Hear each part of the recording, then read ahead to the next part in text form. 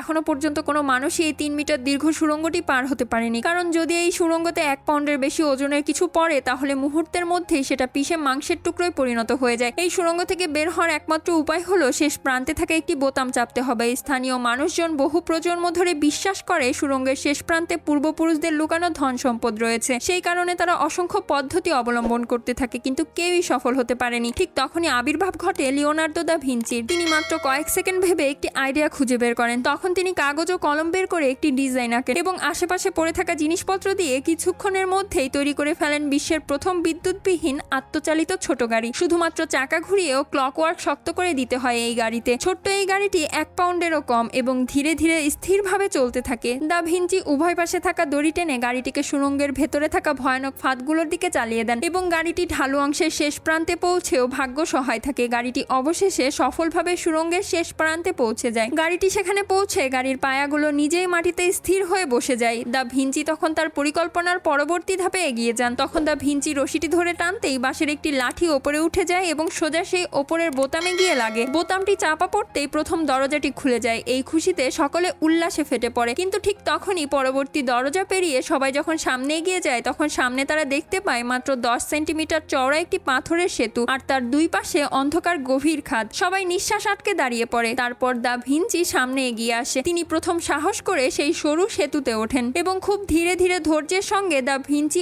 অন্য প্রান্তে পৌঁছে যায়। সেখানে গিয়ে দা ভিঞ্চি দেখে একটি ত্রিভুজাকার লোহার দরজা, যা একটি শক্ত যন্ত্রের সাথে সংযুক্ত। একটু পরেই দা ভিঞ্চি বুঝে যায় এই দরজা খুলতে হলে একমাত্র রানীর কাছে থাকা চাবি প্রয়োজন। তখন দা ভিঞ্চি রানীর থেকে সেই চাবি নেয় এবং প্রবল আত্মবিশ্বাসে তালায় ঢোকায়। কিন্তু ঠিক যখন দা ভিঞ্চি চাবিটি ঘোরায় তখন মাটিতে থাকা পাথরের সেতুটি বিকট শব্দে কাঁপতে কাঁপতে পেছনের দিকে সরে যেতে শুরু করে। পরের ভিডিওটি দেখার জন্য প্লিজ সাবস্ক্রাইব।